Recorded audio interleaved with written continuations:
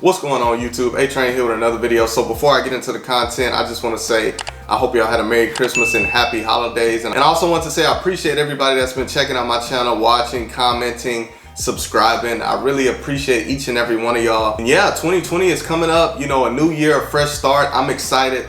I have a lot of content in store for y'all. And also, if y'all want to see specific videos, let me know in the comments, man. Don't be, you know, afraid or anything to talk to me in the comments and, you know, send me video requests. Let me know. All right, so now that I got that out the way, let's get into the video. So I'm going to be doing a what's in my camera bag. So first off, I guess I'll just tell y'all about my backpack. I forget where I got this from. I think I got it from Amazon, but all the links for all of these, everything that I'm talking about is going to be in the description below. So check the description if you want to check out or buy any of these things that I'm talking about. So this is a really good backpack. I'm gonna show you all the compartments. So you have this compartment right here, which is really big. You also have this spot where you can put your laptop. I really like that because, you know, maybe you want to edit right after a shoot or anything, you know, you just have that spot for your laptop. So really big space right there. Let me show y'all the inside. So you have this spot right here where you can put stuff. I usually put my gels and different rubber bands and stuff like that in here. You have this compartment where you can put stuff. I usually put like memory cards or something like that. This is where I put all my gear, and I have another compartment up here where I usually put batteries and stuff like that. So that is the backpack. Now let's get into the actual gear. All right, so the first thing that's in my camera bag is the Sony a7 III. Let me tell y'all, this is a great camera. For the price and the features that you get with this camera, I just feel like you can't beat it. I just feel like it's nothing on the market that can compare as far as the value and the features that you're getting for the price of this camera. And attached to it, I have the Sony 85, which is probably my favorite lens. I have a review on it. I'm gonna put it in the card on the top of the screen if you wanna check it out. And I also have a video where I talk about why I upgraded from the a7 II to the a7 III. I'm gonna link that up top if you wanna check out that video. But I'm not gonna really go into depth, but this is my main camera and it's a really good camera. I mean, it could do everything you need it to do. Pictures, videos, it's just a great camera. I mean, I could go on and on about it, but yeah, so that's my a7 III with the Sony 85. The next thing I got is my backup camera, which is another a7 III. Every shoot I do, I usually bring a backup camera because I just feel like you never know what's gonna happen. I would hate for my camera to go out and I don't have a backup camera. I mean, what are you gonna tell a client if your camera messes up, and what are you supposed to say? Like, we can't shoot anymore? You know what I mean? So I always bring a backup camera. I think everybody, if you're a professional, you should bring a backup camera. That's just what I think. You know, you gotta be prepared for any situation. On this one, I have the Samyang 45 1.8. I just recently got this lens. Let me tell you, it's a really good lens. I'm gonna do a full review on this. It'll probably come out within the next couple months. So be on the lookout for that. But this Samyang, this is a sleeper lens, man. Like it's one of those lenses it's not really talked about, but it is really good. It's tack sharp, focus is good.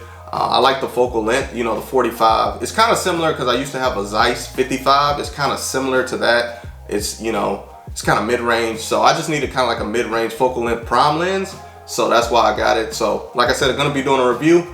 That is that right there.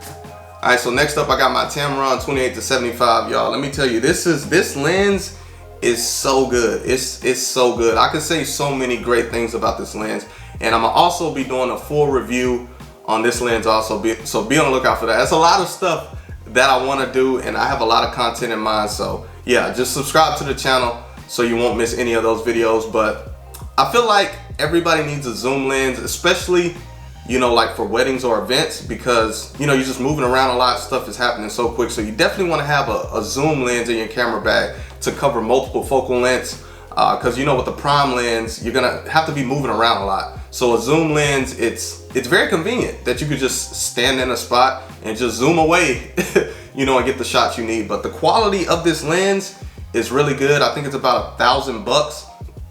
And I think when it first came out, it was sold out. It's been sold out a lot because it's so good. Like, so many people were getting this lens. So if you're looking for a Sony E-mount lens, a zoom lens, you definitely want to check out the Tamron 28-75 2.8. I mean, you could do everything with this lens. So, all right, next up we got the Godox TT685. Just a regular flash. You know, I use this during receptions, or maybe I just need, you know, a little bit of field flash. It's a really good flash. Any Godox products, they're really good. Like all of my flashes are Godox, so that should tell you something right there. I love Godox products. This is a really good flash. If you need a flash, well, you're gonna need, I feel like everybody should have a flash just in case. You don't know. If you're gonna be dealing with low light situations, you need a little bit of field flash. You definitely wanna have a flash in your camera bag, so you can't go wrong with the Godox. All right, next up we got the Godox AD200. I'm gonna be doing a full review on this too. I feel like I keep saying that. I'm gonna be reviewing everything that I haven't reviewed yet, so be on the lookout for that. But this flash right here is a step up above the Speedlight, so if you need more power, you know, you can look into Godox AD200. You know, I love the size of it. That's the main thing I like. You can just put this in your pocket. It's super light. You can just have somebody hold it. Sometimes I'll even shoot, have it in one hand and have my camera and shoot. So that's just how I use it sometimes. Don't be confused by the size of this flash. This thing has some power. It has some kick to it. So if you need something with a little bit more power, you don't want a strobe, but the Speedlight is not enough, this is the perfect medium right here, the Godox AD200. All right, next up I have these Magmod creative kits. I have 2 of them because sometimes I'm using multiple flashes, so I just need 2 kits. And inside I have they're the same thing. I have the Mag Sphere, which I use a lot. I actually have a video on the Mag Sphere and the Mag Bounce. I'm gonna link that up top, so if you wanna check that out. It's where I'm comparing the 2so you can see how the flash looks from both and which one I think, you know, which one I like the most, so if you wanna check that out. And I also have the grid in here, and I have CTO gels and creative gels when I wanna, you know, get creative and just add different colors to my shots. And the CTO gels when I'm trying to warm up my flash and stuff like that. So I love Magmod products. They're super easy to use.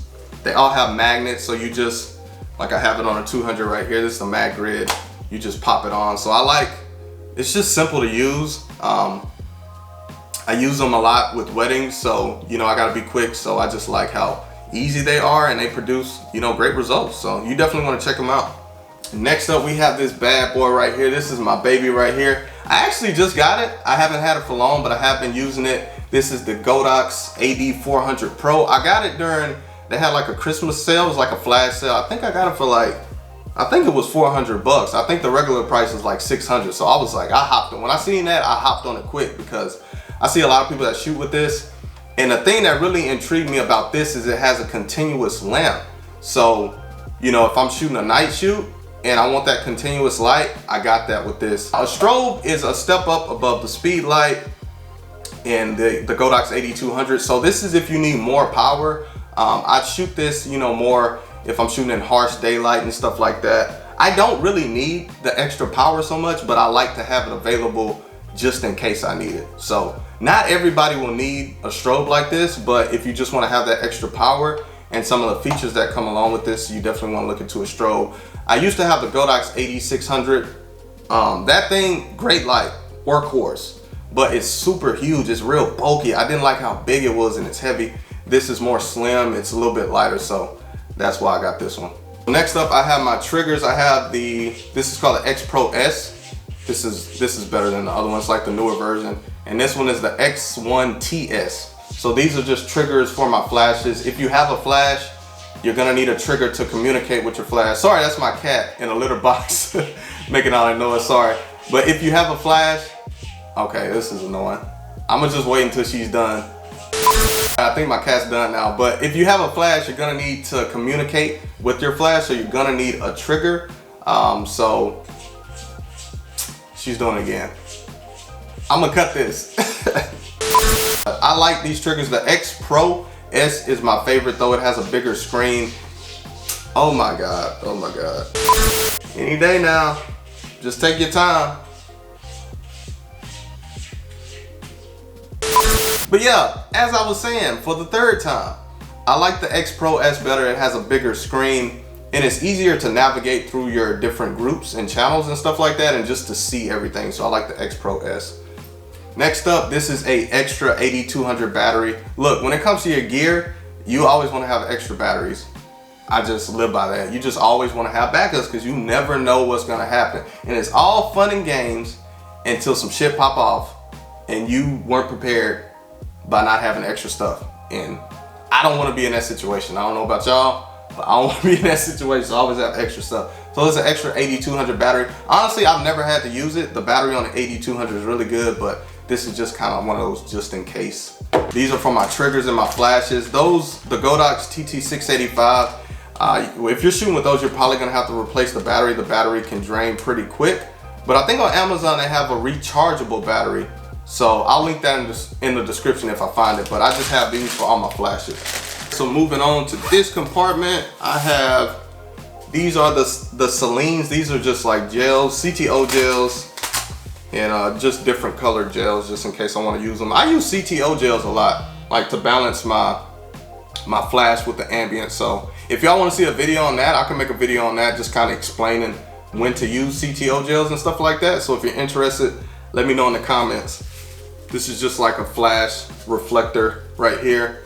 We have some better, we mainly use the Magmas now, but we used to use this one. So you just set it on the top of your flash and it'll bounce the light and hit your subject, and it's pretty good. It's just a cheap one that I got from Amazon. So yeah, that's everything in my camera bag. I usually pack a couple of more things, but I didn't have them. I have them out in my room, like my memory card compartment that keeps all my memory cards, and maybe an extra flash.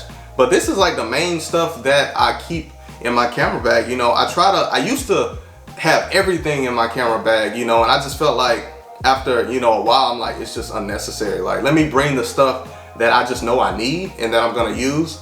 I feel like with your gear, you don't wanna have too many things, because it's gonna, I don't know, it could just kind of mess with your whole, you know, photography flow, like your whole workflow, because you have so much gear. If you have too much, I think you'll think about it too much, you know. But if you simplify things and just bring, you know, make your gear as small as possible, then you can just really get the job done. You're not worried about, oh, let me switch out to this flash or this camera, this lens. So I like to keep my gear simple and packed light. That's just what I like to do. If you enjoyed this video, be sure to leave a thumbs up, subscribe to the channel, and leave a comment. Let me know if you have any of this gear and, you know, how do you like it. So I'm looking forward to seeing y'all in the comments. Like I said, Happy New Year. I hope y'all had a great year this year. I hope next year is even better. I will see y'all in 2020. The next video y'all see me, it'll be 2020. So I'll see y'all. Peace.